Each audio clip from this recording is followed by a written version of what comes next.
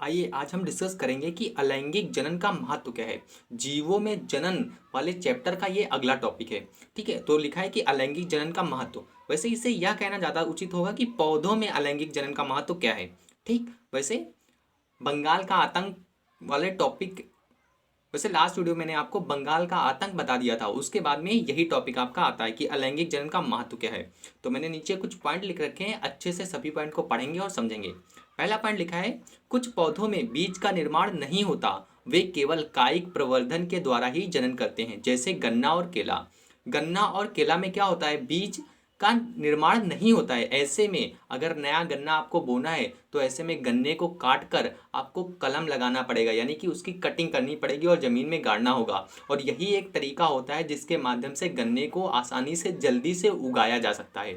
तो पहला पॉइंट आप समझ गए होंगे। अलैंगिक जनन का महत्व किसमें सबसे ज़्यादा है, गन्ने में, केले में, अगर अनानास के पेड़ में भी होता है। तो बताइए, अगर अलैंगिक जनन इसमें ना करें तो गन्ना और केला उगाने में हमको काफ़ी समय लग सकता है।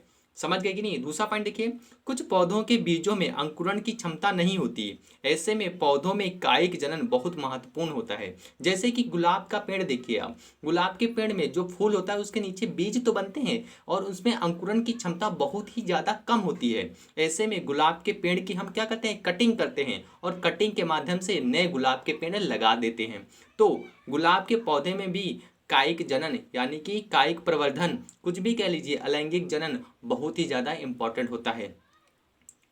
तो गुलाब के पौधे में भी तो गुलाब के पौधे में भी कायिक जनन बहुत महत्वपूर्ण होता है। एक चीज याद रखना, अलैंगिक जनन को ही कायिक जनन भी कहते हैं। पौधों में अलैंगिक जनन को कायिक जनन भी कहते हैं और कायिक प्रवर्धन भी कहते हैं। इंग्लिश में वेजिटेटिव प्रोपागेशन भी कहते हैं, वेजिटेटिव रिप्रोडक्शन भी कहते हैं। तो ये सारे टर्म आपको याद होने चाहिए। लास्ट के वीडियोस आप जरूर देखिए, वहां पर ये सारी चीजें मैंने आपको बता रखी हैं। तीसरा पॉइंट देखिए, लिखा है कि एक ही पौधे से कम समय में कई सारे पौधे तैयार किए जा सकते हैं।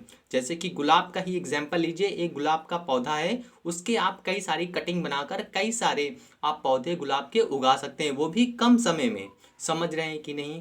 तो तीसरा पॉइंट आपको उम्मीद करते हैं क्लियर हो गया होगा। चौथा पॉइंट देखिए क्या लिखा है, लिखा है कायिक प्रवर्धन द्वारा पौधों के जीवित रहने की दर अधिक होती है, जबकि बीज द्वारा कम होती है। जब आप कटिंग करके गुलाब के पौधे नहीं लगाएंगे तो आप ये मान के चलिए 10 अगर आपने कटिंग लगाई तो 9 कटिंग चल जाएंगी, चल ही जाएंगी। अगर आपने अच्छे से उसका देखभाल किया तो 9 कटिंग तो पक्का चल जाएंगी।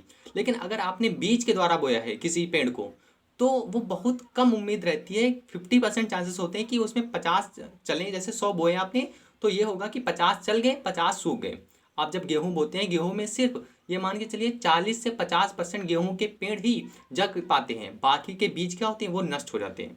तो वही लिखा है फोर्थ पॉइंट, कायिक प्रवर्धन द्वारा पौधों के जीवित रहने की दर अधिक होती है, जबकि बीज द्वारा कम होती है। तो चौथा पॉइंट भी इजी है, समझ गए। अगला पॉइंट देखिए, फिफ्थ पॉइंट, जो कि इंपॉर्टेंट भी पॉइंट है।